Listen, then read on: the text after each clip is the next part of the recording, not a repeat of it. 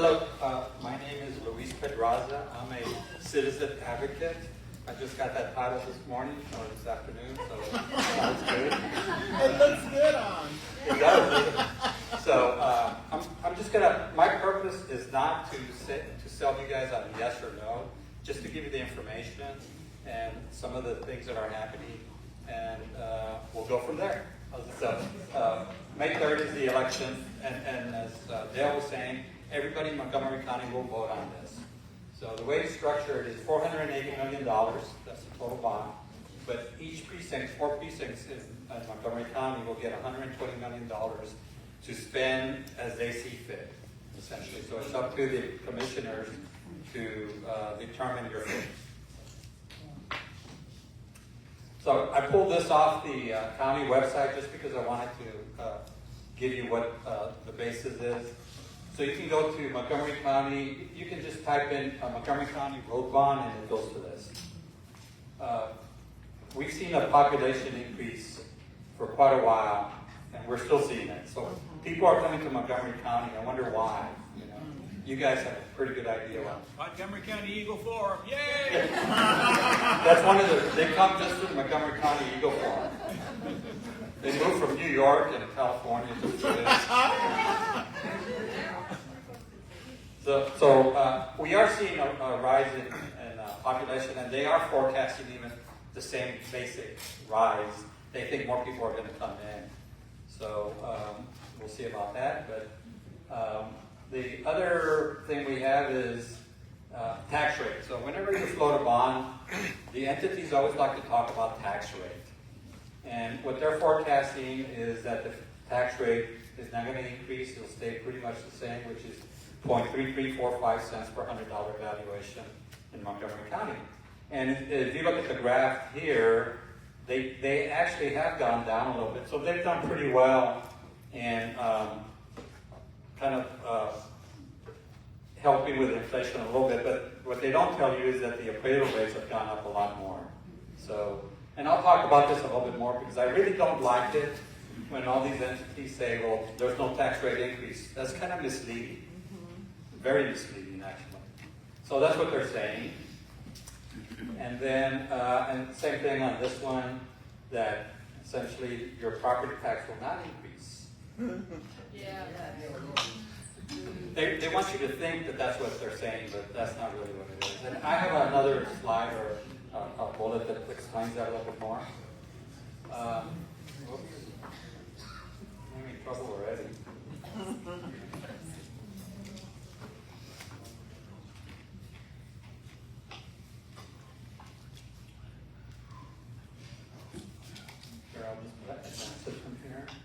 Got it. Okay, so I'm going to just talk a little bit briefly about all what is in the bond. This is Commissioner Walker.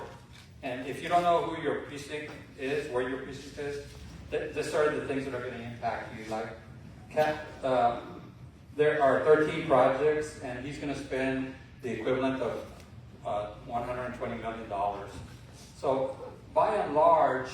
Oh, yeah, what period are they talking about? What does this cover? 1 year, 5 years? No, it's a 25-year bond, but it's generally 5 years. 5 years. Yeah. So the next bond issue.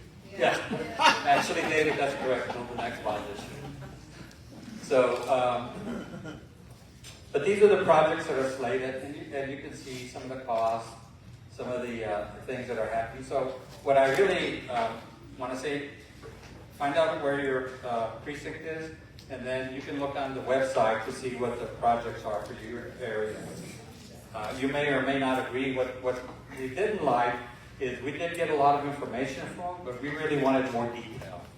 And they simply didn't provide that in time for us to do a full evaluation. And I'm talking about the Republican Party did vet this. Okay. And they also, well, we did vet it, so the information just wasn't, the detailed information wasn't available for us. So as you can see, it looks good. And what we did find is there are some very good projects in all of the counties. But like everything else, there's some good projects and maybe not some good projects. I didn't have a lot of detailed information. He did give it to us, but I had already done the slides. this is what Charlie Riley has proposed. I am familiar with this River Plantation Road. It does flood a lot. It does need some work, but from a project scope standpoint, we're not really sure what's going to happen there exactly. So there is money slated for it. They are going to do something. We just don't. And actually, I do have the detail now, but I just haven't gone through it. Rich Wheeler, this is the single largest project. Is this $42 million Townsend Boulevard? The idea is from Highway 99 to 59, they'll eventually be able to build a road to connect those two. And the county that's just the county piece of it. Okay, and so all that land where they want to build this boulevard is undeveloped right now. There's no homes at all. So the contractors group really, or the people that own all the land, they've already invested hundreds or millions of dollars in that project, so they want to get houses built. This road will help a lot with that. Will this road connect to 2978? I don't know where towns, I know it's an exit off of 99. It's like, It's near Humble. Okay. Yeah, it's Bender's land. it's right Yeah. in front of like Grey Hills High School. Yeah. So it is a large project. This is Rich Wheeler, and I'm sure the developers would really like this. And this was one of our main objections, is the cost of that, and why are we doing it? And he's got other projects, so it's not just that one. I mean, it's again fixing. There's some good projects and maybe not some good projects. The Matt, oops, did I miss one? That was Rich Wheeler. Matt Gray, again, we didn't have all the information. He did send it to us. We do have it. This is all on the website, the Montgomery County website. So these are all the plans that he wants to do, and just some very brief description. Again, I think we want a lot of detail. So there's a claim in the bond that there's no increase in tax rate. And that's true. That's very true. There is no tax rate increase. But what happens if you look at your bill every year, the appraisal goes up, and the actual model that they ran for this said that the appraisals are going to go up 10%. Not me, but that's what the model said, that the county ran. So from last year's appraisal on an overall basis, it's going to go up some percentage, but then they're also taking into account the growth, the population growth. So it's kind of a twofold thing to pay for this, is the growth along with appraisal rates. That's how they get the bond to say it's not going to cost you any more money. Because more people are going to have to pay for all that. So I think it's a misnomer, though, whenever they say no tax rate increase. It makes you feel like, oh, that's okay. Most people say, oh, that's great. But they don't take into account their appraisals. It's free. It's free. I like the one where they say it's less than a cup of coffee. That's not cheap. And really, the certificate, the most of the properties, the majority are good projects.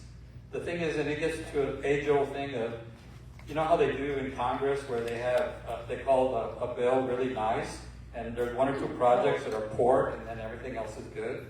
It's kind of the same logic here. So yes. Okay, my question is, how long will it take to pay off the $480 million? 25 years. 25 years. And how much debt does the county currently have? And what will the $480 million do to the debt that they're already paying off? You know, I haven't looked at that exactly, but you do bring up a good point. The other thing that is kind of a negative is right now they're going to float bonds at essentially 4.5% interest for 25 years. That's relatively high interest because of interest rates where they're at today. So I don't know the exact debt, Betty. I haven't looked at those numbers. Well, it's just something for everybody to think about. Right. So, and then the single largest project is funded by a developer and a small portion funded by the county. So the Townsend Road, we're gonna do a piece of it and the developer's gonna do a piece of it. But in essence, it's to help all those properties. There's nothing there right now. They wanna build homes there, but they need the infrastructure, they need the roads. Do you guys remember, I remember when 99 went in? It was like, there was nothing anywhere, right? And look at 99 now. Well, even Bellway is like that back in the day. Yeah. Yes, sir. What happens if the bond is not passed? They will reformat the bond and they'll put it in another form and they'll come back in November. But, I mean, that's not all bad necessarily. Yes, ma'am? Who's the developer? I can't remember their name. John, the developer. There's 3 of them. And part of it goes into Harris County. Townsend Road? Yeah, the Townsend one, Rico. Yeah, Rico. This is still early enough. A lot of those questions don't have answers yet. And if you want the answers, if you seriously want the answers, go to your county commissioner. They are the source for the answers. And probably a lot of them are going to say, I don't know. It's too soon. But the bottom line is contact the commissioner. Okay, right now we want to briefly recognize some key people. First of all, our veterans. If you are a veteran from any branch of the armed forces, would you please rise? And let's give them a hand.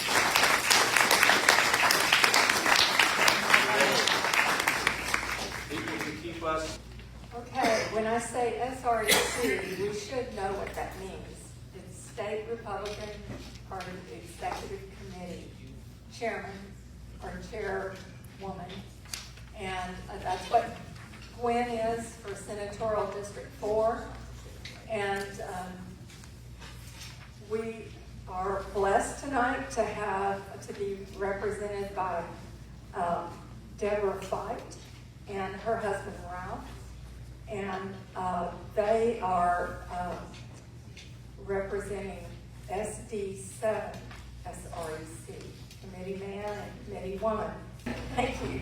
Melinda is SREC committee woman for SD13, which is in the Houston area. And The she's, deepest, darkest, bluest part of Harris County. oh my goodness. I have no Republican Melinda! representation. We fight extra hard.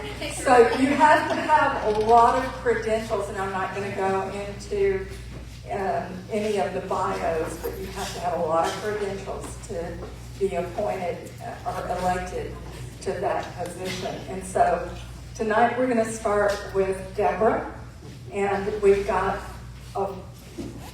listen carefully because she's got a lot of information. Did everyone get the handouts? Yes. Okay, we'll get started now. Deborah. Thank you, Betty. Thank you. First, I would like to say I love Montgomery County. And if the rest of Texas was like Montgomery County, we would be in a good place. And I am proud. Now, Gwen's hogging more of it, but I do represent a small section of Montgomery County in 7. But I'm going to be here tonight briefly going back to the speaker race, how it's impacted our legislation right now, and what is a censurable act and what's not in my world and what I'm covering. And so I'm going to quickly go through the Rhino and Democrat unite to elect a House Speaker and remove of the grassroots Republicans. And while that, because y'all are reversed on that, but while the January 6th House Speaker race didn't turn out the way we wanted, it clearly demonstrated the power, the passion, and the strength of the grassroots red wave. And so we showed up in busloads. I was the chair of that committee, and we had, in the last session, we had 1 bus in Harris County, and this session we had 6. There were thousands. And that is the power of the party. first and foremost is God, and staying on that path to endure in prayer. And the hope is first in the Lord, second the grassroots. And I cannot wait to give you a grassroots story when I get to the other committee I'm chairing, Texas Land is Not for Sale. But it is all in the power of the grassroots, and it's so important that we all stay engaged. But so briefly, we know that 49 Democrats, along with 36 so-called Republicans, elected Dustin Burrows. And so in this first packet, if you turn to the back page, this is for your refrigerator.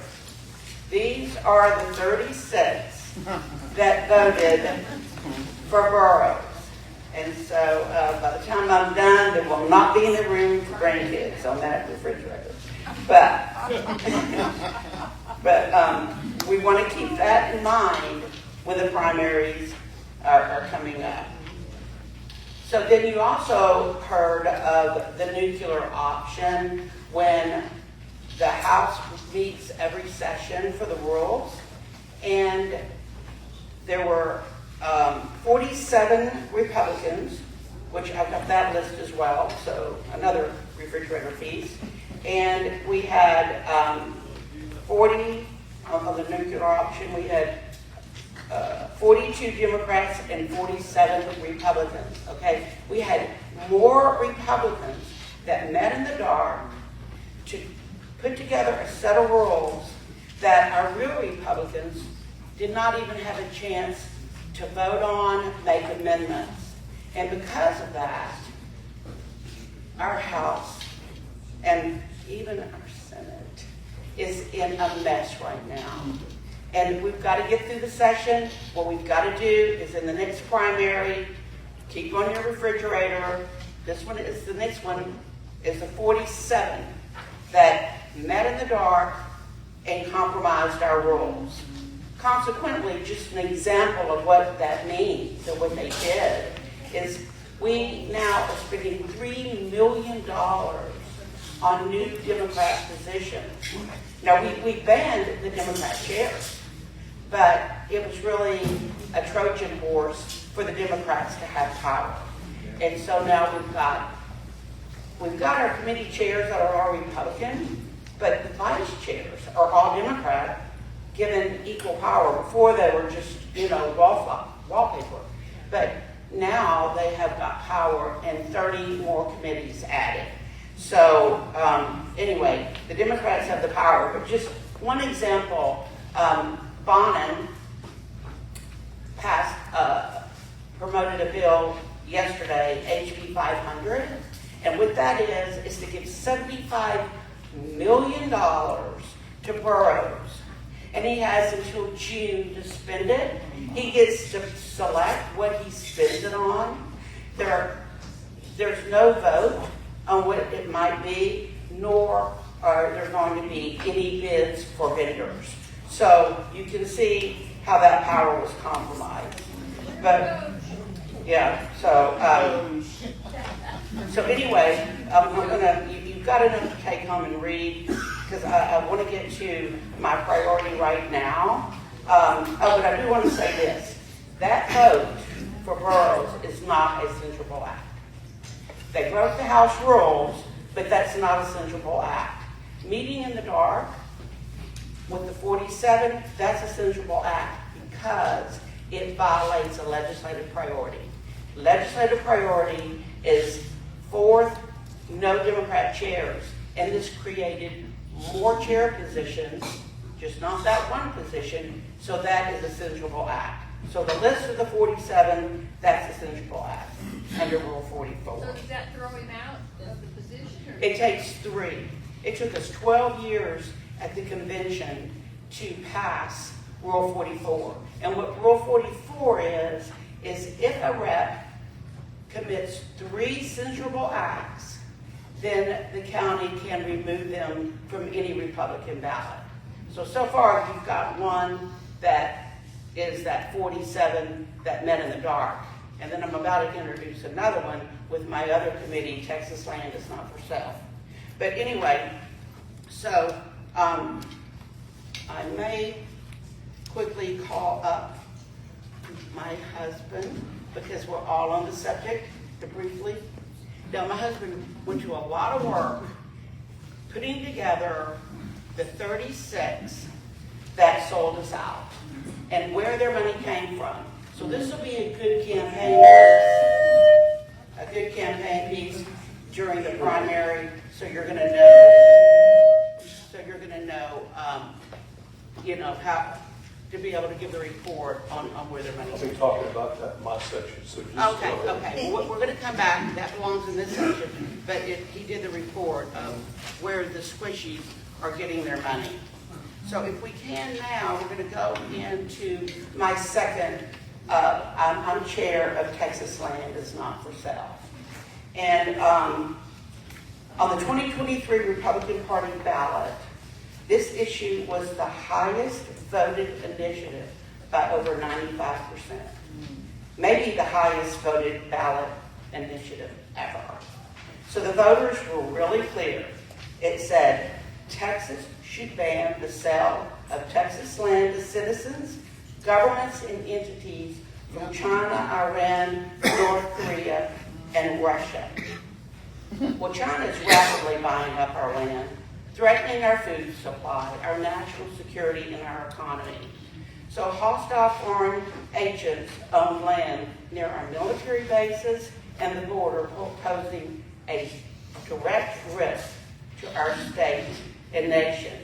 And so where we're getting hurt and compromised is that these Chinese lobbyists and associations are working to allow as many Chinese nationals as possible to purchase Texas land. And some of our Republicans are leveraging lobbyist connections to weaken our legislation that is still going to permit China to come in.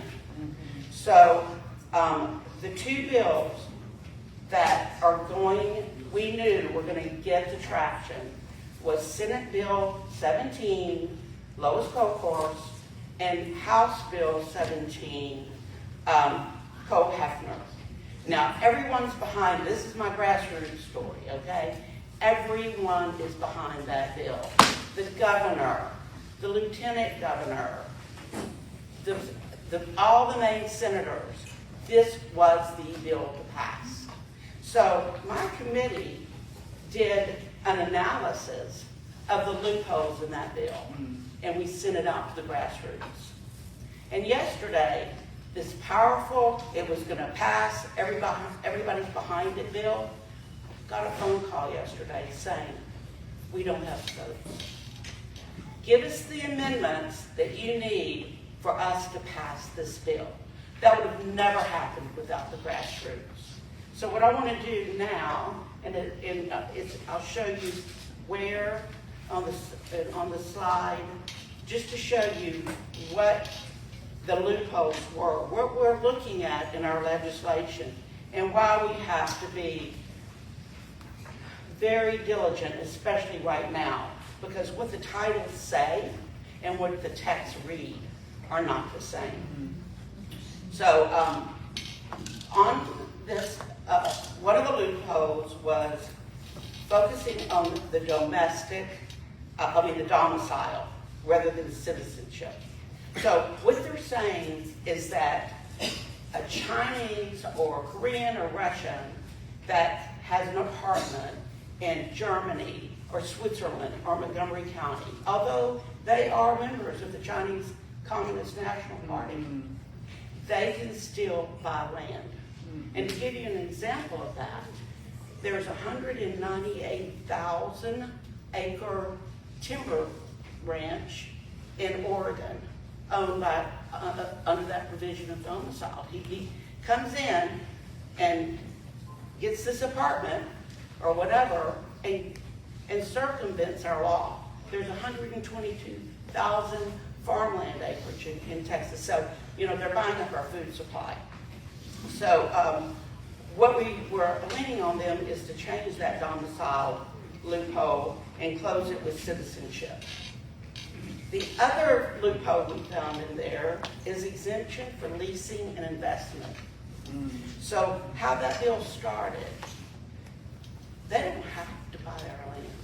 They can come in and lease it, unlimited amounts, 100 years, 200 years, wherever they want, by the electric grid, by our military bases, no restrictions. Huge loophole. And this was the bill to die for. So we're saying you've got to close that loophole. The next loophole we're asking to close is homestead exemption, because in the bill they're giving homestead exemption to the foreign nationals. And I want to break in here. We're not talking about a U.S. citizen regardless of nationality. If China, Korean, if you're a U.S. citizen, you have the same rights. We're talking about people that are members of the Chinese Communist Party. And I keep saying that because 95% of the foreign land is being acquired from China. Are those green card holders? If you're also including that cannot buy land? Well, right now, what we're fighting for is if you have to be a U.S. citizen. When you're saying U.S. citizen, if you've had a person that's lived in this country for 30 years, if it's not a citizen, but is a legal green card holder, if they are still a citizen of a hostile nation, we're not talking, it's got to be a hostile nation. It has to be listed on the U.S. intelligence list as Russia, Korea, China, and Iran. So we're not talking about, Mexico or Canada. We're only talking about nations that we feel are dangerous to our country. And large tracts of land, right? I'm sorry? And large tracts of land. Yeah, they're buying up our farms, controlling our food. Buying, manufacturing. Oh, somebody spoke yesterday on the floor from Dallas saying, the Chinese was has promoting business in Dallas because they had a manufacturing company. Well, what they're manufacturing is those battery storage units, which Melinda's about to come and talk about, that is a major risk. So we don't really need that business. But anyway, just to go quickly, because I'm going to run out of time here, but we want to close the homestead exemption. Because what they're doing is somebody's going to come in and buy multiple homes, and they're going to do it through proxies, through trust. And then we want to strengthen the enforcement, because foreign entities can use shell companies, trust, and U.S.-based intermediates to obscure their involvement in tactics seen in the past, like the Texas land I was talking about with 122,000 acres. We're also trying to close the no retroactive application, because that's going to include purchased land already near our electric grid and land near our military bases. So then the last one we're trying to close is the lack of seller or third-party accountability. Because why we're having a problem is these lobbyists and these home builders and the real estate agents, they're pushing the sales and making commissions to our hostile foreign citizens. And so we want to prohibit them from being able to make those sales. If it's illegal for the Chinaman to buy land, it should be illegal for all these lobbyists to not sell it, but as the bill reads, they get to keep their commission. So I'm going to read real quickly what our position is. So if the SB 17 and the HB 17, that we want to close loopholes, particularly around domicile manipulation, leasing investment exemptions, enforcement limitations, and non-retroactive scope. This could allow adversarial entities to circumvent the law's intent, especially given the sophistication of modern financial structures. Amendments could strengthen it, but at this time, SB 17 and HD 17 does not satisfy the legislative objective of the Republican Party of Texas. So what we did from there, this is the only bills that have been opposed in a resolution by the Republican Party of Texas. So you've got that. If you read the resolution, you'll be, versed on it a little bit more. But this is huge, because when you have a resolution that was passed 60-1, and any rep votes without any amendments, that is a Rule 44 censurable act when you vote against a legislative priority. Now, I just have to give it up to grassroots. We would have never, ever been able to be as powerful as to overcome. You hear Dan Patrick, the governor, they are promoting these bills. But it was a grassroots. And then our party that all voted 60-1 to close these loopholes. Because what good is it if China or our foreign adversaries can still come in and purchase our land? So, anyway, I've got plenty of material, and I'm going to go over one quick thing. I'll tell you, I hadn't gotten my slide, but the slide on Texas is not for sale, and the bills that we do like. So this is basically what we sent out. So we're saying SB 7 and HB 17 allow citizens of China to buy our land. This will take you to the resolution electronically, but you have it, that the Republican Party passed. So for positive news, I just kind of wanted to briefly go over some good bills. So if you want to do that one for me. Now these are the loopholes I just went over. I didn't use my slides, but these are in your packet. Now these are the bills that we hope we can pass. We have Senate Bill 103, Bob Hall, very comprehensive, no loopholes. It was a little weak on penalties, but they went in and strengthened the penalties. This is a great bill. HB 1743, Mitch Little, identical word for word as the Arkansas bill, Sarah Huckabee Sanders. And so that has gotten a lot of national news because what she's doing is divestiture.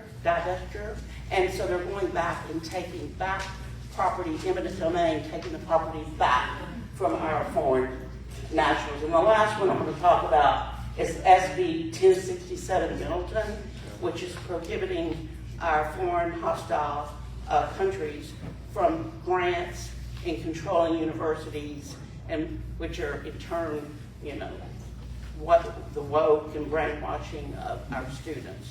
So that's another bill we're pushing. So we have another one. That might be it. Yeah, the most important, right? You can call me. Call me anytime. And again, thank you, because I know that Betty and Dale are going to help us get out these call to actions. And we have 7 more weeks in the legislation. And we're not going to get it done if we don't have the call to actions and the support of our grassroots. So thank y'all.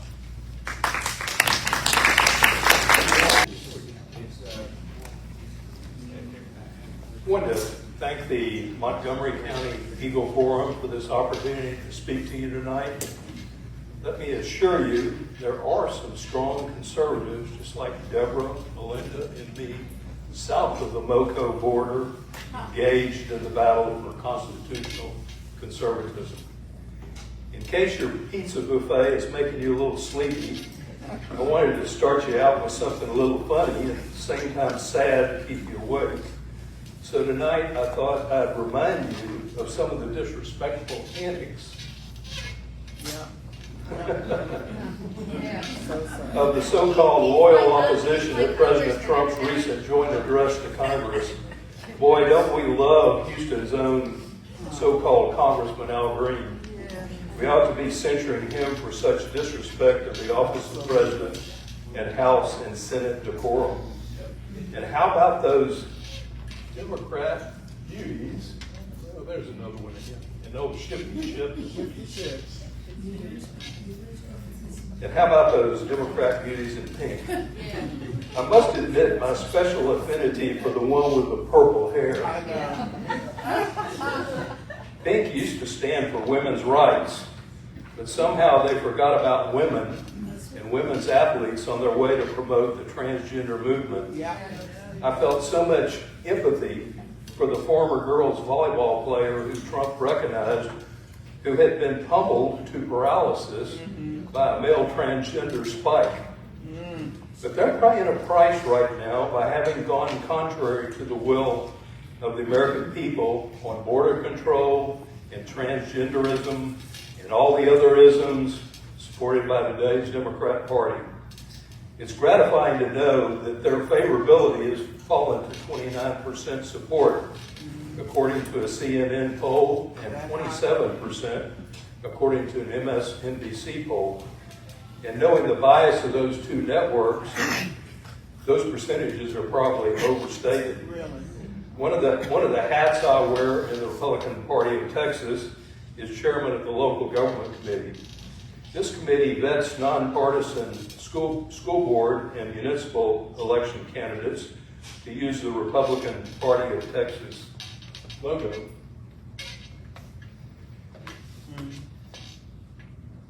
The emblem and access to lower bulk mailing rates to support their candidacies. I'm pleased to report to you that 20 of the candidate endorsements made by our committee in the November 2024 election, 13 won outright or went into runoff elections. Of those 20 candidates, 7 were right here in Montgomery County, including your 4 great Conroe ISD school board trustees, Nicole Day, Lindsay Dawson, Alyssa Semler, and Marianne Horton. We also endorsed Kelly Inman and Bob Bagley for Montgomery County Hospital District positions, and Craig Eisler for the Woodlands Township Board. And speaking of Kelly Inman, Deborah, Melinda, and I are so fortunate to get to work on the SREC with your great SD4 committeeman, Dale Inman, and dedicated and committed SD4 committeewoman, Gwen Winthrop, who also serves as your MoCo Republican Party chair.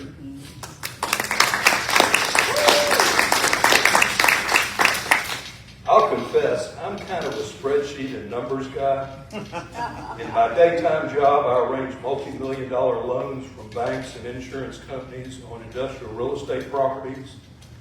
Now you can imagine what receiving the Republican Party of Texas endorsement means in Montgomery County. Your county, God love you, went 72.24% for Trump Vance and 69.75% for Senator Ted Cruz. I'm sorry to say that Harris County only generated 46.4% for Donald Trump and 43% for Ted Cruz. We have a way to go. We did elect some Republican judges in our criminal courts, but let me tell you what really floats my boat as a lifelong conservative Republican. Several of the other races we endorsed were in Corpus Christi, Nueces County. I'd say Corpus and Nueces is the gateway to South Texas and the Texas Valley down to the border in Brownsville. It's plain as day, Nueces and Point South are heavily Hispanic.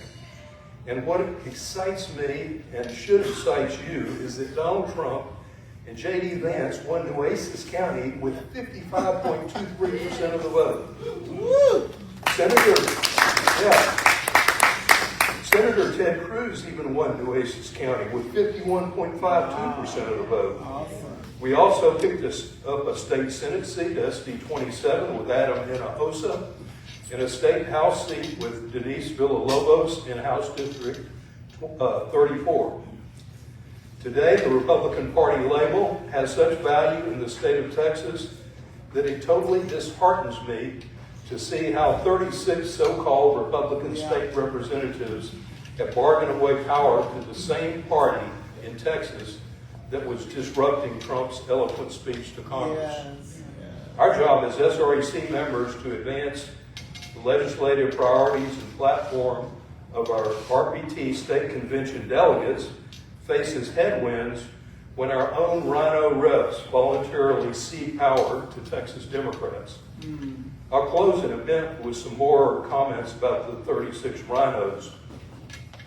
With respect to the legislation I'm supposed to cover tonight, banning taxpayer-funded lobbying, I can tell you that Senator Mays Middleton of Galveston and Chambers counties has been working on trying to get a good bill passed since he was first elected as state representative in 2018. He tried to get a bill passed in both 2019 and 2021 as a state representative and as head of the House Freedom Caucus.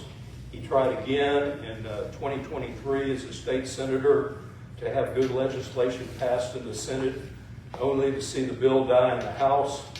This year, what started out as a great Senate bill has been amended by 7 Republican senators teaming up with 8 Senate Democrats to effectively codify lobbying to be permitted with organizations like the Texas Association of School Boards, TASB, and the Texas Municipal League, TML.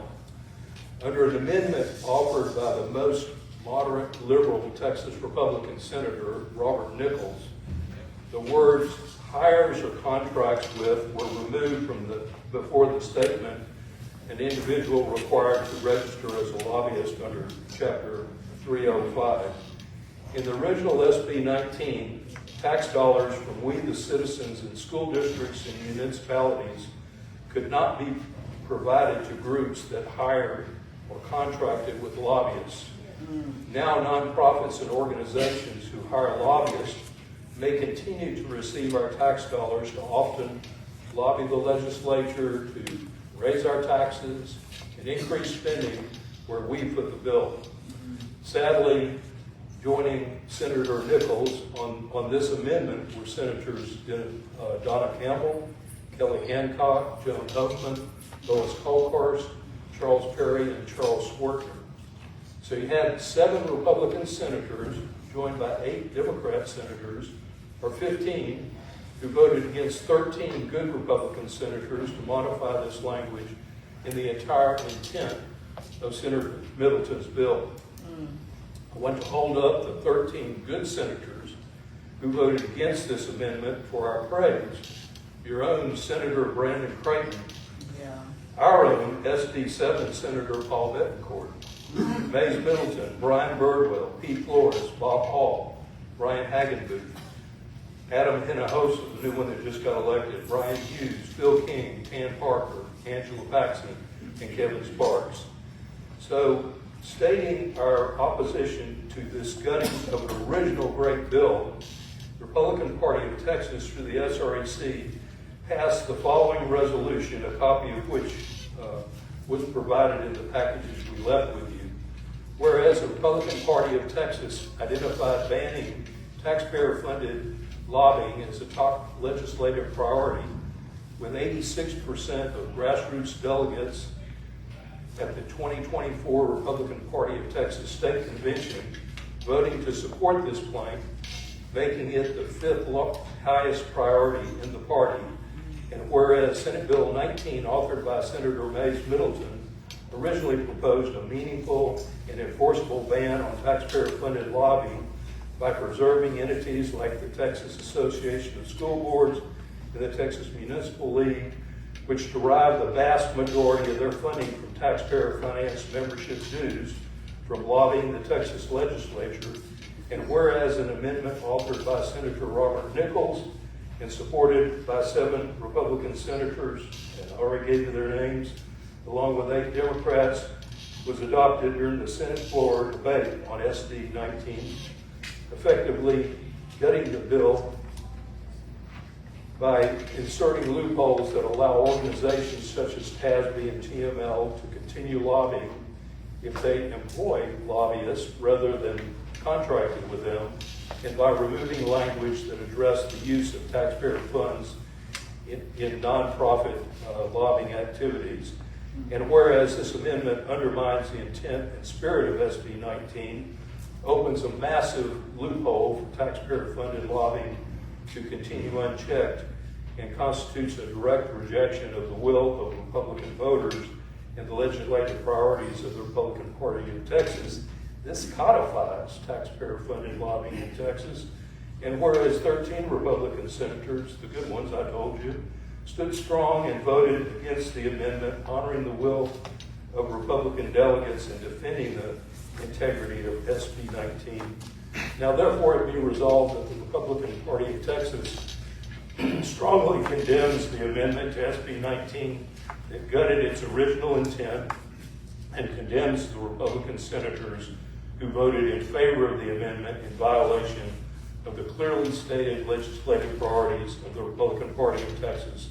And be it further resolved that the Republican Party of Texas commends the 13 Republican senators who voted against the amendment and stood with the grassroots, the platform, and the legislative priorities of the Republican Party of Texas.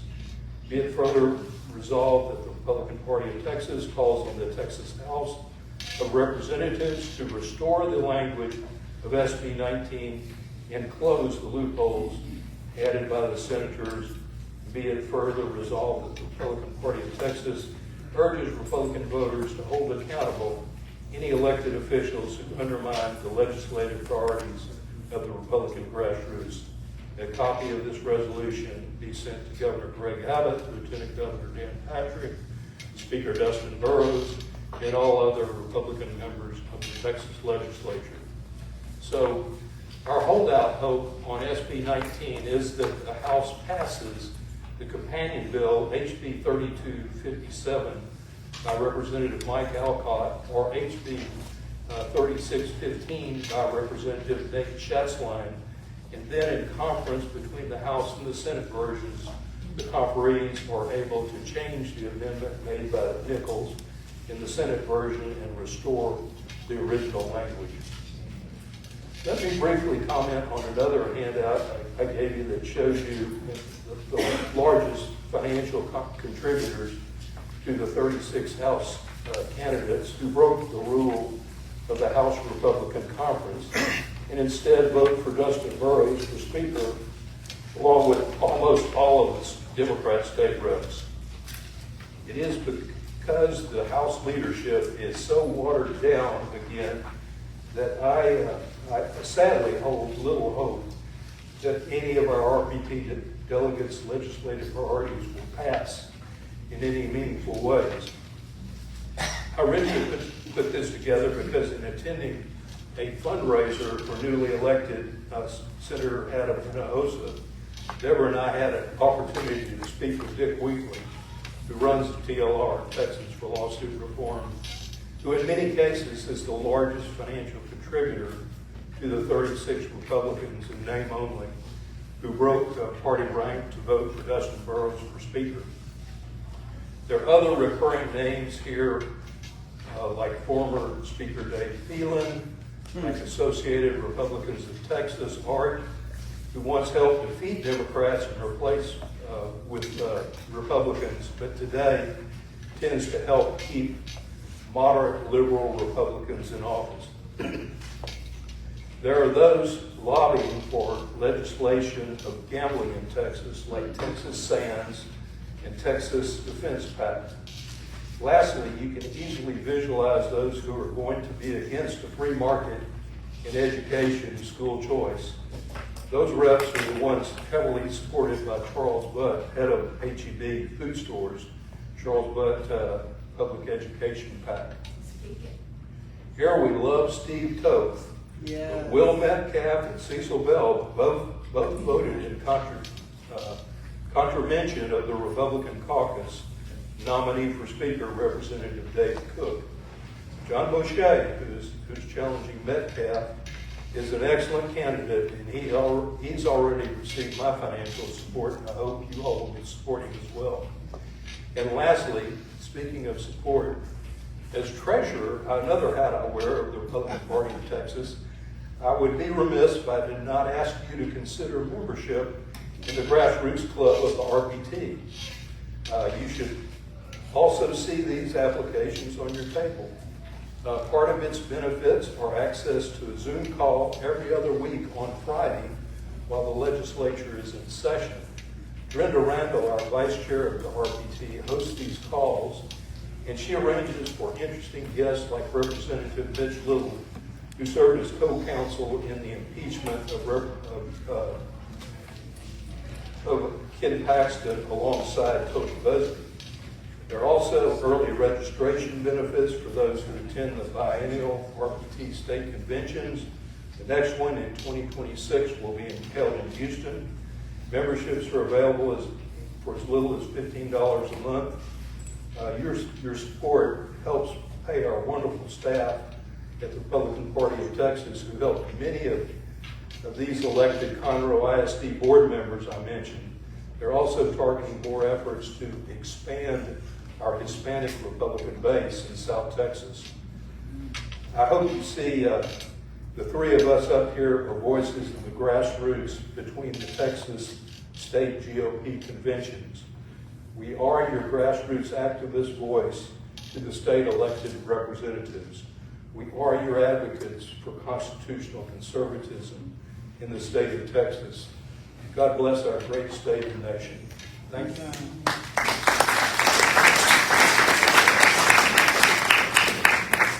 Mr. Fife, before you sit down, I want to share something related to what you just said. Correction?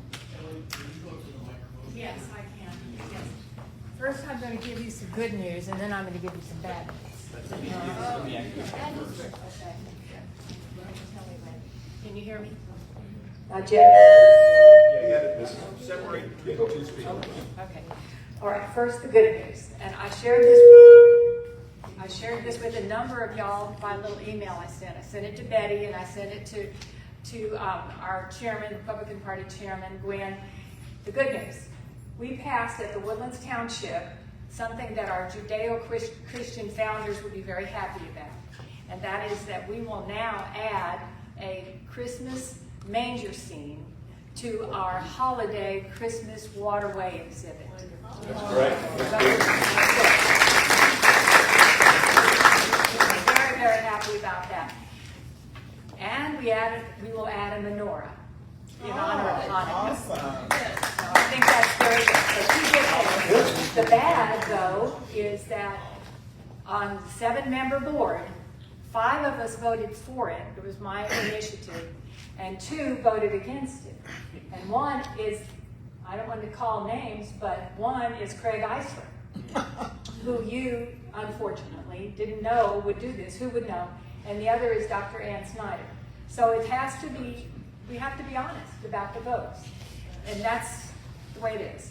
Number 2 issue is lobbying. I am the only one on the township board this last cycle when the lobbying came up to vote against. 1 out of 7.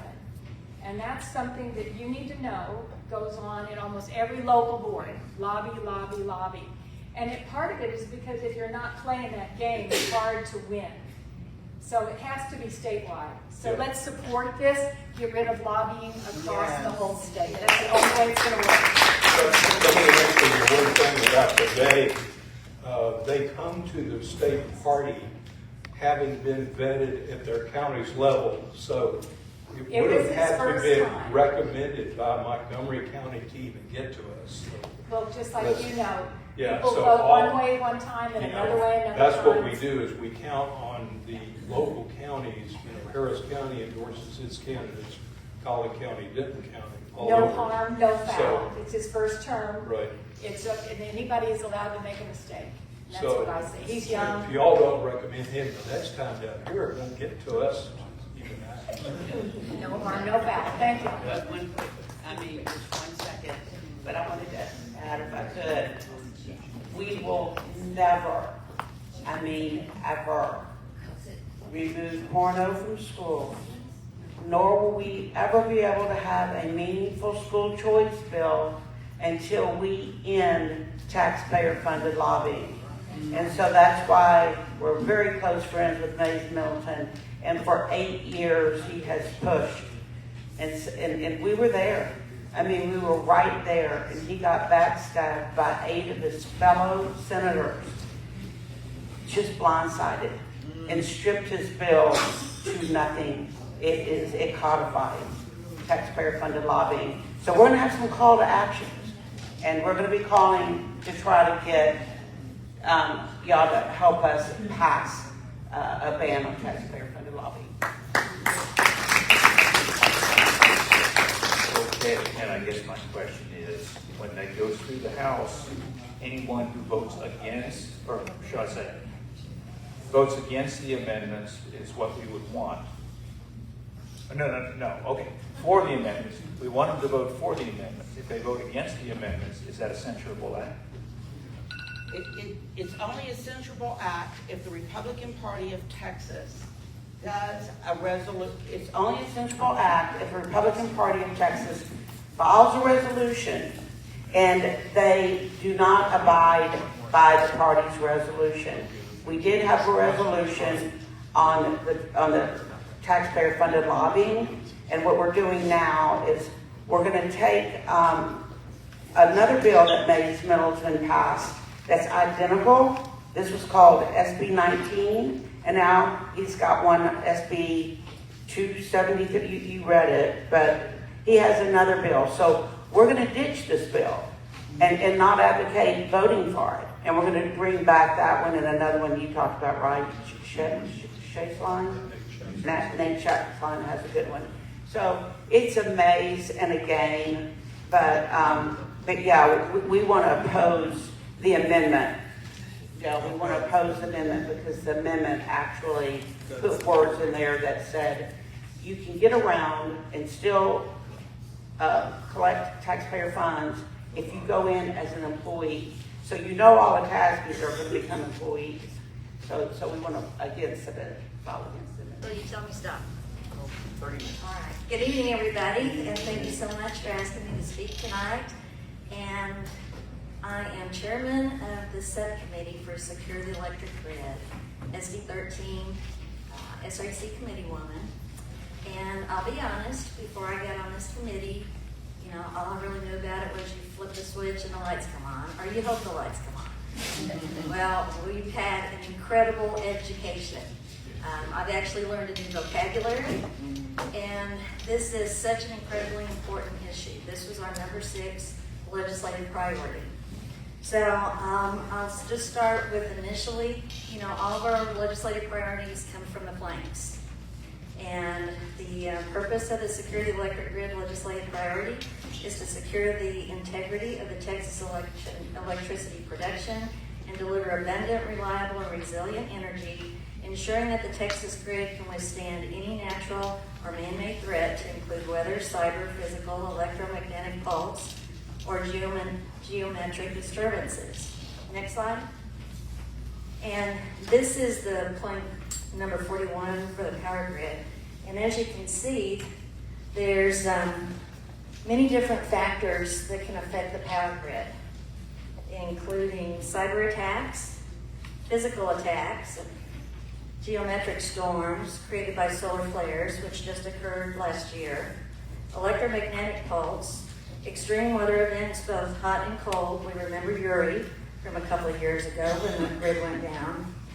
And one of our main focuses as well is that the Texas power grid remain independent from the United States power grid system. Yeah. And how many of you know that Texas has their own power grid?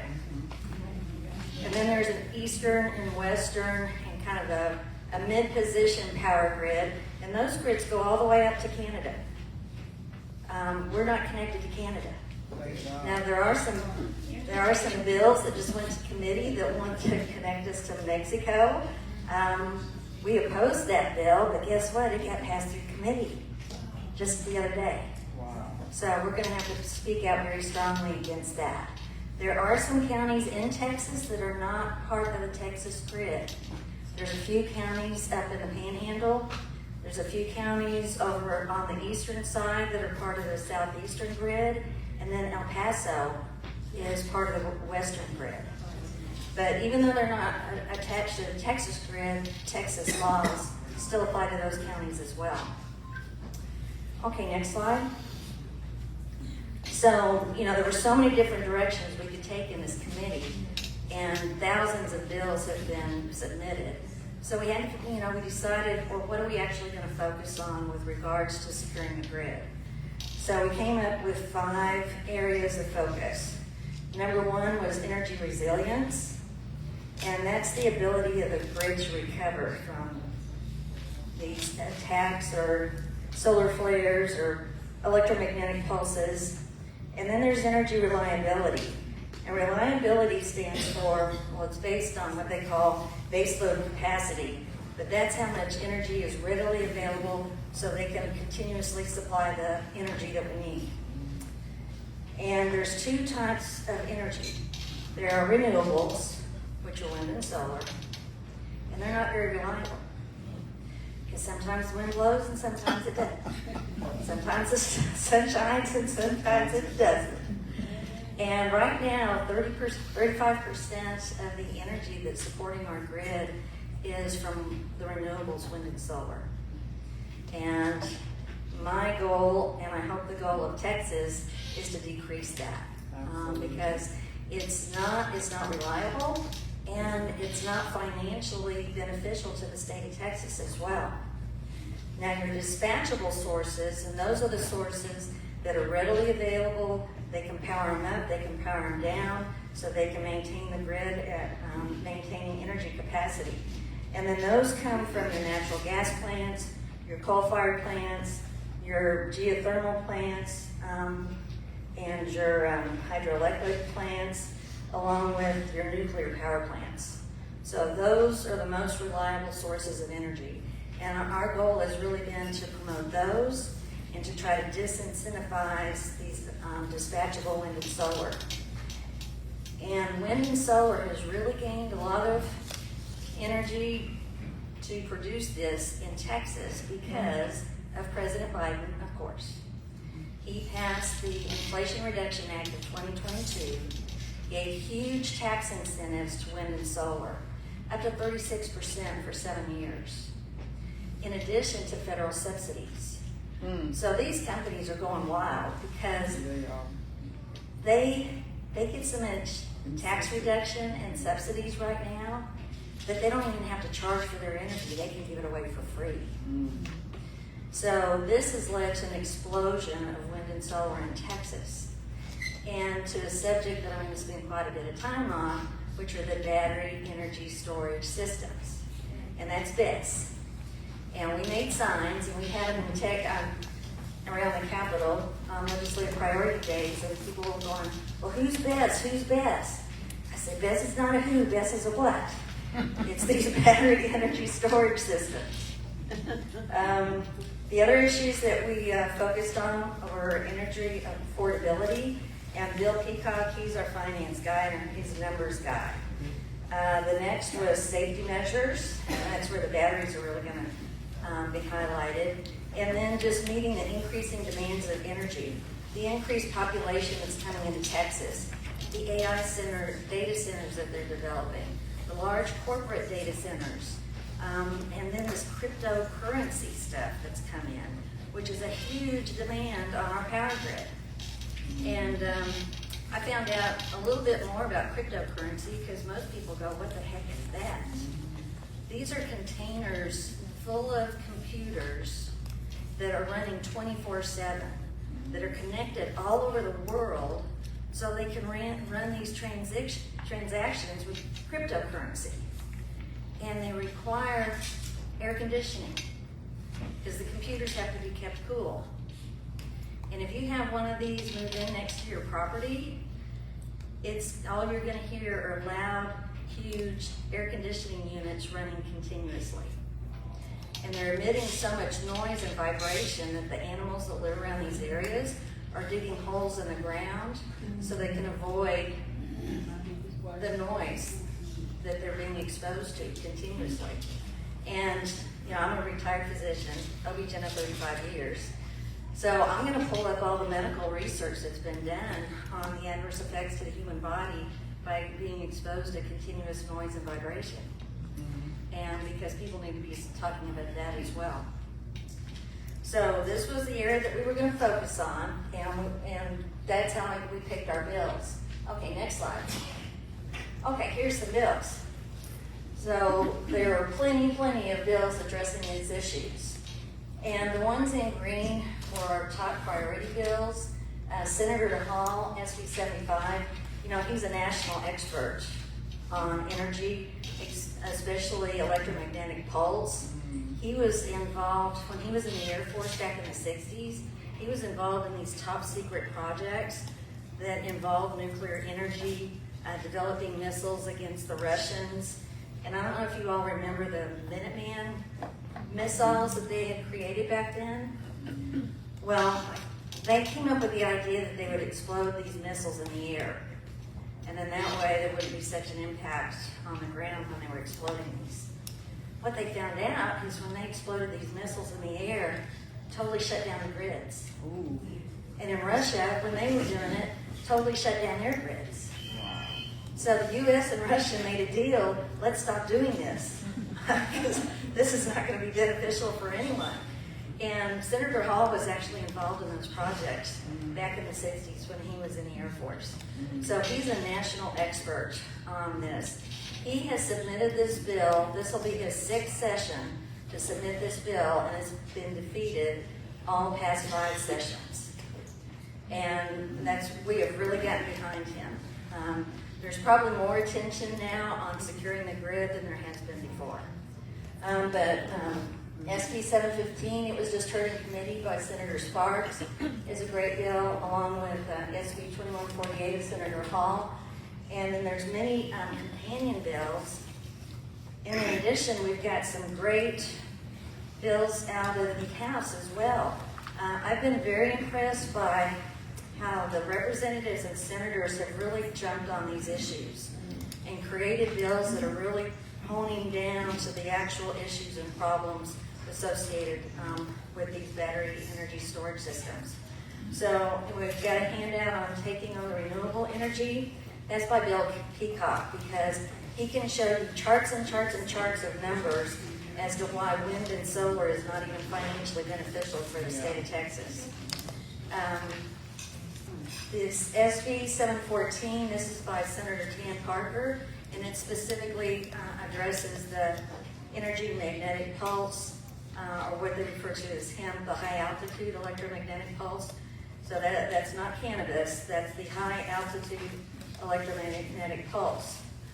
And then this was our one-pager with the 4 strongest bills for the battery and storage systems. And how many of you have gone to the Capitol and visited the representatives' offices and senators' offices to ask them to support particular bills? That's great. But what you do is, you put a one-pager together, and then you leave these one-pagers in every office so that they can refer back to it. So we created that for Legislation Day, and then every time we're up at the Capitol. And then this next one is gives you details about SB 715 of Sparks and his companion bill by Patterson. There's 2 great bills by Charles Schwertner, who's chairman of the Business and Commerce Committee, because our bills on the Senate side are heard in Business and Commerce. On the House side, they're heard in State Affairs. But Schwertner has 2 great bills, 1824 and 1825. So when you have the chairman of the committee creating bills for you, that's a pretty good sign that hopefully people are going to get behind this. Plus, it should be a bipartisan issue. Everybody should want the grid to be secure and for Texas to have enough power. All right, next slide. All right. So we were finding out so much information that we had never heard about, and people were coming and talking to us about this information and how it was impacting them. And so many people had never heard of what a battery energy storage system is, what the impact of this is. So on March 19th, we held a 5-hour forum at the Texas Public Policy Foundation in Austin with 3 panels of experts. And our symposium is on YouTube now. So you go to YouTube and just look up Secure the Texas Grid Symposium. On YouTube, we've narrowed it down to 3.5 hours. So on a rainy afternoon, pop some popcorn, and you'll learn more about the grid than you ever could imagine. But I put some of these on the table, this was our program for the event. And this will give you the list of all of our experts, their bios. I mean, we had national experts to do this for us. And then there's a program in the back. So the first panel is Bill Peacock is the moderator, so they're talking about many issues. And then the second is moderated by Nancy White. And I'll have to tell you about Nancy White. I met her January 25th when we were over at the Grassroots Summit in Tyler, Texas. And she came up to me afterwards and she goes, well, do you know about these battery energy storage systems? And I said, no. And then Jim O'Byer was at that summit. And he's the Red River Republican County Chair. And he goes, well, do you know about these battery energy storage systems? So all of a sudden, people were coming to us and to our committee, you know, saying, you've got to check into this. This is devastating for our communities. And I don't know if you all have heard of what happened in Moss Landing in California. But they had a huge battery energy storage fire because these are lithium batteries. And just like, you know, the containers full of computers, well, these are containers full of batteries, lithium batteries. And they usually put about 22 batteries in a box. It looks like a train boxcar. And then they'll fill them up. I mean, they buy out 30 acres of land, or at least 30 acres of land, and just put these containers there, all right? And those lithium batteries, you know, they're using those in the cars. And guess what? They can ignite at any time. And it's lithium. And it burns at 1,000 to 3,000 degrees. And you can't use water to put it out. The only purpose of water is to cool the other containers so they don't catch fire. But if one battery ignites, it can eventually ignite all the batteries in that container, and that's called a thermal runaway. And the smoke is so toxic from these burning batteries. It emits hydrogen fluoride, hydrogen cyanide, I mean, all these poisonous gases. And they burn for days. It's kind of like what happened in Palestine, Ohio, with that train wreck. They can't put it out, it has to burn. And they evacuate people. Right now they're evacuating them in an 8-mile radius. Or they say, stay in your house, shut all the windows and doors, turn off your air conditioning and your heating to avoid circulation, and try not to breathe the smoke. I mean, how safe is that? So they had, this was a warehouse full of these batteries that caught on fire, and it burned for days. And there were cattle ranches adjacent to it. Oh, no. The cattle, the heifers that were pregnant had stillborn calves. And they are finding water contamination, soil contamination 32 miles away from this event. And they're still doing studies. And they can reignite, so they've had 3 episodes of being reignited. And in the last year, there's been 55 fires across the world. So I'll tell you how this is happening, which is shocking. Foreign countries can lease property and create contracts to build these batteries. So all you need is a property owner, and a lot of these property owners don't live on these properties. They bought it as investment property, and they see dollar signs, and I mean there's a lot of dollar signs involved. And we're talking Chinese companies, South Korean companies, Finland companies, Japan. They're coming from all over the world because you know what? They can't build these systems in their countries. But hey, Texas is open for business.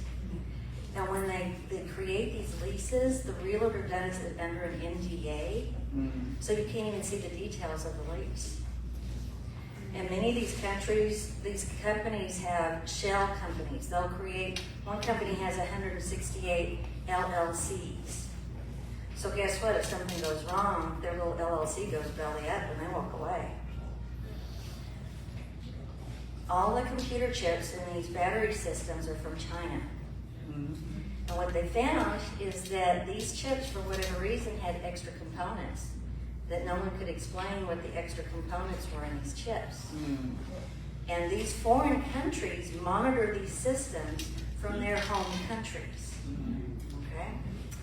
And they can turn them on, they can turn them off, or they could rig them to explode if they wanted to. There is no legislation in Texas that covers for any of this. So ERCOT has it's up to 1,000 now, battery energy systems planned for the state of Texas. In Harris County, we're gonna have 18. They've already built a huge one on the Houston Ship Channel. What could go wrong down there? Okay? So the more we're hearing about this, we're just shocked. Michael Wheeler he's county chairman of Kendall County, where Bernie, Texas is, and he's also on the SREC. And he said, we've been dealing with the company, and they won't even talk to us. They don't have to. They don't have to meet any utility codes, fire codes, safety codes. These can be built without any regulation whatsoever. So that's what really inspired us to create the symposium, because we wanted to start educating Texas as to what the risks were with this. And I'm going to show you a little video clip in a little bit, but Chris Dyer is a man in Mason, Texas, which is up in the hill country. And his wife was sitting at the kitchen table one day, and I noticed surveyors outside their property. And she goes, well, why are surveyors here? He says, I don't know, why don't you go check it out? It was a company, unfortunately a Houston company, that had leased 30 acres of land adjacent to his property. And he's a retired Marine and had bought like his dream retirement home. And they built that facility 25 feet from his home. Oh my. And he could hear the buzzing. It actually makes 3 different noises. There's a buzzing, and then there's the air conditioning units that are cooling the batteries. And then when it's filling up with power or releasing power to the grid, there's like giant industrial vacuum cleaner sounds. And he can hear that at his dining table. They can't sleep, He used to have a beautiful yard. He doesn't even want to go out and work in his yard anymore. And he won't allow his grandchildren out in his yard. And I've got a little clip. Representative Wes Riddell has created a bill, 1378, and he featured Chris Meyer. And he had no recourse at all for this. And they were gonna move closer to his grown son, and they put their house on the market. And 2 months later, they start building his facility. He's tried 3 times to sell his home. No one will buy it. So, his property value has gone to 0. This is outrageous as far as I'm concerned. For this to happen in Texas, the Texas landowners, property owners have no recourse from this. And so we have really focused and devoted our time on trying to see what we can do to even help these people. And what we found out, Nancy White lives in Van Zandt, and a Finnish company from Finland is building one there. And they're building it adjacent to a huge pipeline that carries jet fuel that's underneath the ground. And this battery storage facility is within 25 feet of that, and it's also adjacent to a ranch with several hundred head of cattle. And, if there's a fire, those chemicals leach into the watershed, they leak into the aquifers, they'll eventually leak into the rivers and the lakes, and just environmentally, ruin this area. And so when they talk about green energy, it's not environmentally friendly, let me tell you. This is ridiculous. Monday night I was up in Granbury, and I don't know if you all have been up there to the Pecan Plantation, which is the most beautiful residential area you'll ever see. 10,000 residents who built the retiree homes up there. I mean, these are like $300,000, $400,000, $500,000 homes on Lake Brazos, Lake Granbury. They've got 2 golf courses, stables. They put in 2 airstrips because of a lot of retired Air Force people are up there. They're putting in 3 battery storage units.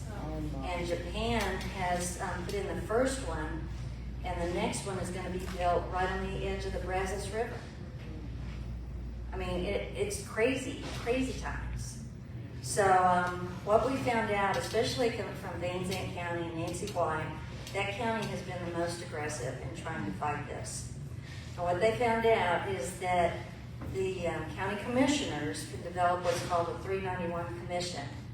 And most of the commissioners don't even know about it, but it's in the state legislation.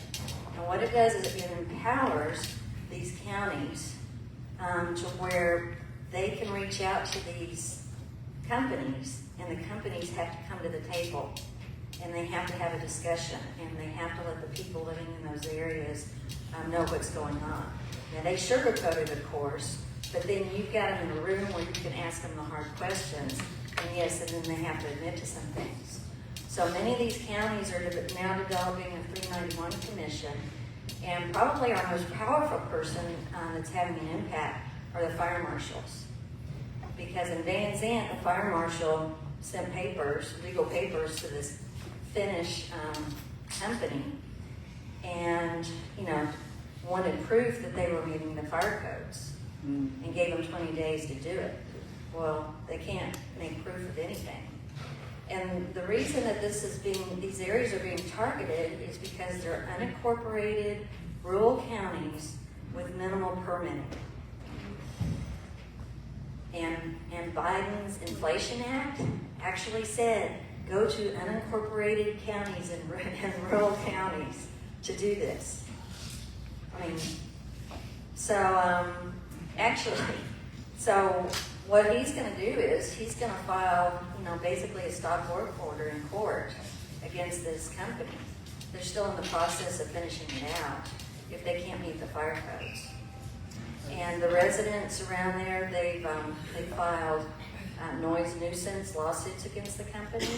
I mean, legally, that's all they can do at this point until we get some legislation passed. So this is vitally important that we do this.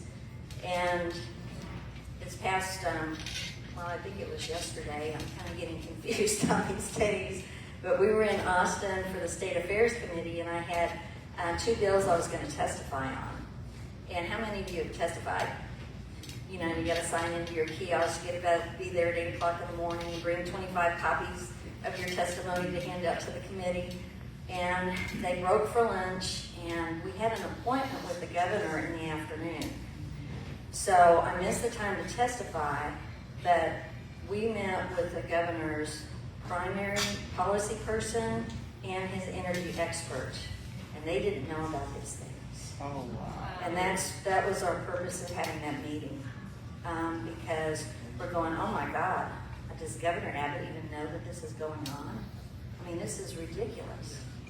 So I'm going to read my testimonies to you all tonight since I didn't get to read them to the committee.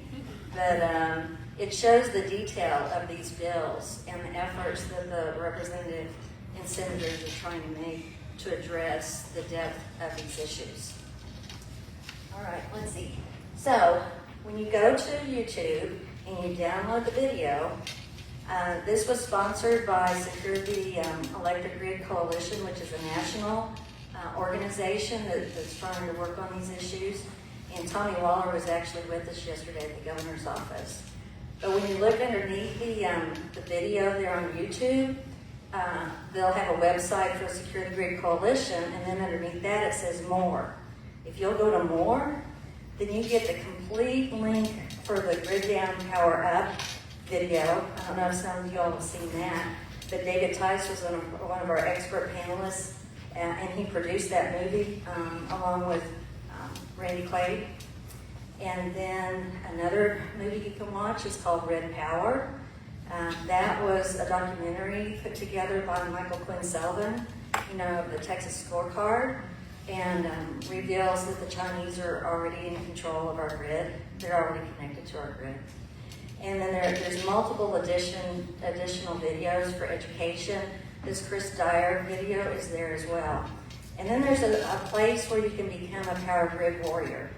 You can sign up, it's a Google form, and then when we have calls to action, we'll contact you, on what specific bills that we want highlighted. And I will tell you that if a bill has not gone through committee by next week on April 12th, it's dead. Or you can maybe bring it back to life with an amendment. But they're going to stop hearing bills in committees at the end of next week. So we're actually going to have a strategy meeting in the morning to decide, because our whole strategy continues to change. Once these bills grow legs and they're actually going to start moving into committee, then we put more priority behind them. So now we've got to look at our bills that actually pass committee and really focus on those, so that when they get to the House and the Senate, we can get behind them and get them passed. So it's been a continuous moving condition ever since we started. Yes, ma'am? When you say April 12th, is that for the House too, or that's just the Senate? It's for both. Yeah. So next week is our last chance to see what bills get heard and get passed through. And of course, there are some bills that are not passing through committee. It's, the committees are where good ideas go to die. So, over 10,000 bills have been filed. The vast majority of them never move beyond the point of being filed. And then the next step is to go to committee, but a vast majority of them don't pass out of committee. So only 10% of the bills that are even filed are heard on the Senate and the House floor. All right, next slide. So if you want to take a picture of this, these are the links to many of the things. There's the link to the griddownpowerup.com, the Texas Scorecard Grid Power, securethegrid.com, and then our YouTube video. And the QR code is, if you go onto that, it'll take you to the form to sign up as a Power Grid warrior. All right, next.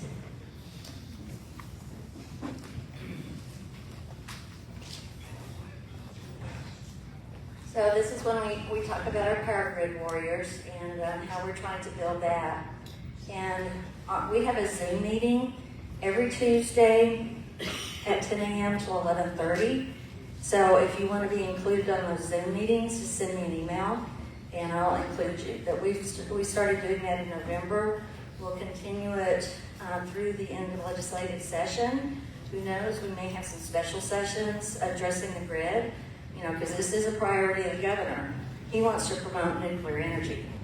So if we can't get some bills passed in regular session, I hope we'll have a special session. And this has become such a cause for us. I don't think we're going to be able to let this go because it's impacting, all of Texas. So we're going to continue to pursue this and educate people, and we're going to go to DC if we can and get Trump down here. When all else fails. And I have to tell you something funny. While I was driving up here, the phone rang and I answered it, and it was a guy, and he goes, "Now, I'm not trying to sell you anything, but I'm going to ask you a survey about green energy." And I said, "Okay, I'll tell you what I think." So I said, all green energy needs to be removed from Texas. We need to start drill, baby, drill, and just open up the valves on the natural gas. Click. So if you get a phone call, just tell them that, and they'll leave you alone. All right, so next. Yeah, and then that, you can put that in your browser to get the video as well if you want to take a picture of that. And next. And this are the people on our committee. I call them the Dream Team. They're a very talented group. We put that symposium together in 2 months' time. Christiana and Greg are SD14 SREC, and Don Brown is vice chairman of the Travis County GOP. And he's a retired engineer, and he's actually been pushing these bills, especially the one to protect against the electromagnetic pulse, for about 3 years now. And then Shannon, she's Shannon Perry now, she got married, but she works in Bob Hall's office, and she's been guiding us on legislation as well. Thank you so much for being here. I have 3 questions. First, based on our legislative dysfunction, what are the chances of the governor calling a special session? Second, if this is such a big issue with the governor, can he sign an executive order ceasing and desist these battery storage operations? And also, can he do the same thing to prevent these foreign entities from securing land in Texas? Well, Governor Abbott did issue an executive order. It's GA 49. You can look that up online.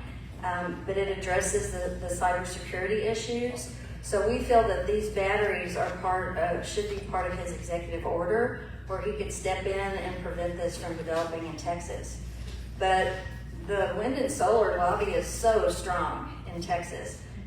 Last week, Senator Colhurst was presenting her bill, SB 819. She had over 100 people there to testify, and the majority of them were in suits. They were lobbyists, for the solar and wind. So they've got a very strong influence in the Austin area.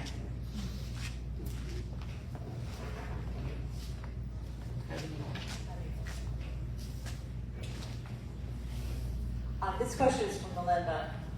In regards to ERCOT, which most people don't even know that it doesn't really impact all of Texas. Up here in Montgomery County, we have Entergy. So it's a separate entity because it's connected to NISO. NISO is the one that goes from Louisiana all the way up to Canada. So what is the protection that would be spoken about to make sure that every person in Texas has protection from these battery banks? Thank you. Well, those entities, ERCOT, and then the other one that connects you to the rest of the grid, it's their responsibility to maintain your power. And I don't know how prevalent this battery energy issue is throughout the United States. That's why I think we're going to have to address this nationally as well, so that everybody's aware of the risks that are involved. All we know, and every day we're learning more and more about how this is happening in Texas, but eventually we need to spread this out. So I don't know that Montgomery County's on the list for any battery energy storage facilities. We have a toxic well, so that's enough. Okay. But, your county commissioners may be aware. We fought that all the way to the state. Okay. Supreme Court cases. Okay. Yeah, and lost. Yeah. Back to the prior gentleman's question about a special session. I have no idea, but what I would guess is that the governor has made such a big deal about getting a school choice bill that he would call a special session for that. And unfortunately, it's probably not the kind of school choice bill that I would prefer, because I think as long as it says school choice, whether it really does much or not, it's just, he doesn't want to be left behind Florida, and he wants to say that he passed a school choice bill. I mean, Mays Middleton, we went through one with him a couple of years ago that was phenomenal. It did everything you could possibly ask for. And that was, that would have been the kind of bill that would really excite me, that would really give the lower income mother, single mom over in West Gray in Houston a chance to put her kid in a much better school, and give everybody an equal amount, $12,000 per child, a part of the operating O&M fund that are collected in the property taxes. Unfortunately, I don't think what they're going to do will go very far, but there's always hope. And then to answer the gentleman's question, yeah, that's where Greg Abbott is. He's school choice. That's all he's pushing, and it's really, you should say, more public education funding bill. But you asked about an executive order, and with my history in that realm, I held a press conference when we were in COVID. And the press conference was asking Greg Abbott to open up the private sector for employment, because he had relieved the public sector, but the private sector employers could order vaccines. So we called on him to include the private sector as well. So by morning he did. But the executive orders really aren't effective. You've got to get the law.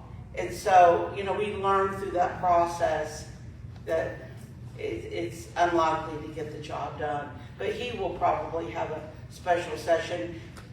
But what his priorities are going to be, we know will be school choice. And hopefully it would be, you know, the grid, because that is very critical. Well, and that's why we're making a big movement to educate Texans, because if a couple of people call in and complain, they're going to ignore it. 300 people call in, that's going to start making a difference. So we want more and more people to know about what's going on, so we can get a huge movement against this and get something done to protect these residents. Mm-hmm. And these battery storage and these units, like Melissa said, are coming from our foreign adversaries, our hostile foreign nations.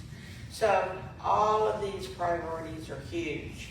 But you could see with that one bill I analyzed, and that's just one, and that was the hill to die on, and everybody was behind it, and you saw the loopholes in it.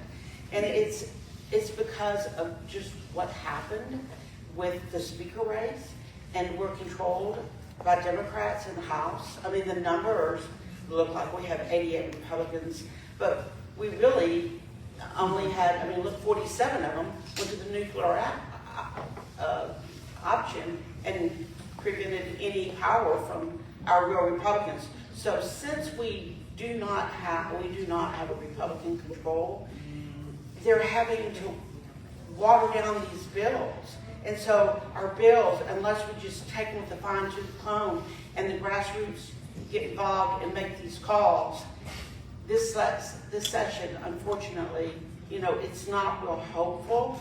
We've got God and we've got our grassroots. Yeah. And, you know, they're going to pass through the Senate. We're not worried about that. It's just when it gets over to the House.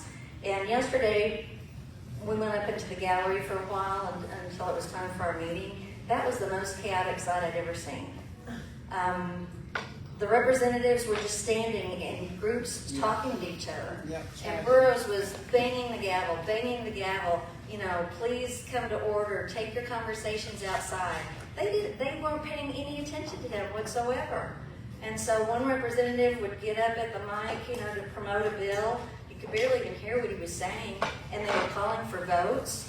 And they were still standing around talking, and then they'd go over and... Attention all incredible guests, attention all incredible guests. Carlos Incredible Pizza Company will be closing in the next 30 minutes. I repeat, Carlos Incredible Pizza Company will be closing in the next 30 minutes. So you haven't done so already, please make your way to our big top prize counter using your ticket for some incredible prizes. Thank you, now and thank you, incredible night. But, you know, then they'd walk over to their desk, you know, tap their vote, and then walk away and go back to their group and start talking again. So unprofessional, so chaotic.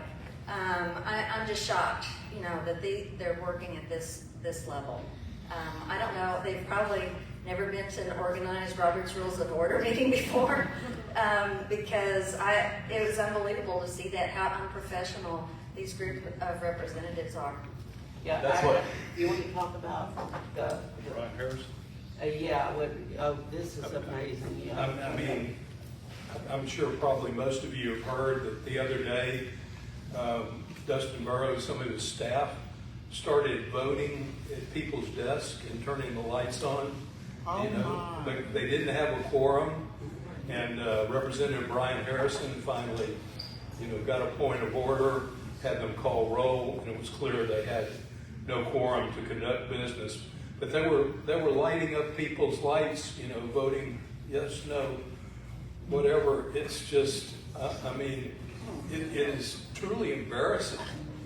And I'm so proud our own congressman down in the West Side, Congressman Wesley Hunt, even called out, you know, back when the vote was happening for Speaker, you know, he said, you know, these people, they need to follow the rules of the Republican caucus. And these renegades, they keep year after year, getting a handful of Republicans and then the majority of Democrats and electing a speaker. And so that really makes, I guess Deborah and I had a conversation with Senator Bob Hall, and he said, well, if this happens again, it'll be like walking in molasses. And it's really true. I mean, nothing good really happens when the Republicans don't elect their own speaker and don't use the power of the majority that they've been elected by. And that's why we are so committed at the SREC to censure some of these folks, and they should lose that label that I put behind me. That's a valuable label, and they shouldn't be able to use it if they're effectively independents or Democrats. They really should not be able to run on our party label. It's my opinion. And with a closed primary in 2026, we can keep them off that primary. And, we've got 2 in Harris County that need to be primary, there's no doubt about it. But they need to know that we're watching. I don't think they realize that we're watching them and we see what's going on. The grassroots are awake now. Yeah. And you should call their office the next day and say, what's going on? We're watching you all. Yeah, well, we unseated 21% of the Texas House with, and unseated the incumbents with conservatives. There are a couple that we need to work on, but that was the power of the primary, 21%. And that is why your refrigerators need, not the baby's pictures, but those flyers of who we need, who those squishies were, because we need to unseat them. And so it's back on us. It's up to the grassroots right now. And I think y'all got some great candidates. I have two questions. The first one is, I heard rumor that the Democratic representatives plan to flee the state as soon as the budget's passed. Have you heard that rumor? That they're going to shut down the House? What, when they all got on the buses and went to DC? Was Oh, that last yeah. session? Yeah. Oh, really? Yeah, that one was because, and they should have known because they didn't put the budget last. If they put the budget last, none of those reps are gonna leave. Because that's where they're getting all their, side cash. And so it wasn't structured. And the very last topic that was heard was election integrity. And so, I mean, you can close and lock those doors. And so, we knew that we had problems in the House. We knew we had a lot of rhinos at that time in that session. And we just call them rhinos. But right now, they're blatant. They don't hide it. They've got control. And so, I mean, there are some stories that are just unbelievable of what they're requiring some of our Republicans to have to do. So we're out of control in the House. But in this next primary, we can take back the House. We've got 21%, another 21%. We're at 42, and we've got some good ones. So there's hope. Yeah, I mean, the freshman class, those new freshman representatives are so conservative and grassroots, and they're outraged because they're not getting to perform their job that they went to the state to do. And all we need is 30 more just like them, and we'll be in business. Yeah, and I've got to give kudos to Steve Toth because I texted him yesterday when we were going into committee, and I said, Steve, they're going to have the Texas land. Texas is not for sale, and we've got all the bigwigs are trying to push that. I said, can you? We'll give you some amendments. Can you call for amendments? So what he did was he stopped it, and actually we came further. It's not good enough, but we did come further. So we can thank. I told Steve that we were going to be. I was going to speak here, and I was going to give him kudos. So I'm glad I got the microphone to do that. Yeah, I read the other day that businesses have filed with the Public Commissioner another request for power that would increase the grid demand by 75% over the next 6 years.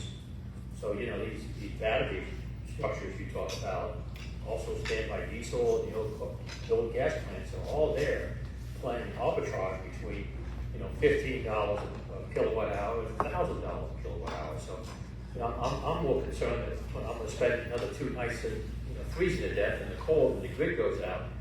And I think that the big issue is how do we build enough infrastructure to increase the grid 75% in 6 years? This is scary. Well, and they're using those batteries, to store the wind and solar, and they're only providing 2 to 4 hours of power. So this is just intermittent power that they're even providing instead of continuous. And, I told the governor's office, I said, listen, they're developing the molten salt, which creates nuclear power.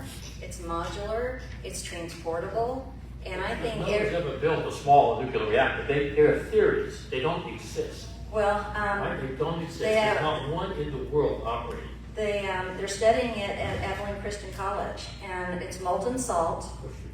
Christian College, Abilene Christian College. It's molten salt, and when it cools off, it just turns into salt. So there's no nuclear waste from it. And they could hook up these AI data centers, the chip, whatever they're doing with the chips, the big, huge data centers, to these new, tiny little nuclear power plants, and they could have their own energy source instead of draining our grid. Outside of Abilene, they built a 1 million square foot AI data center.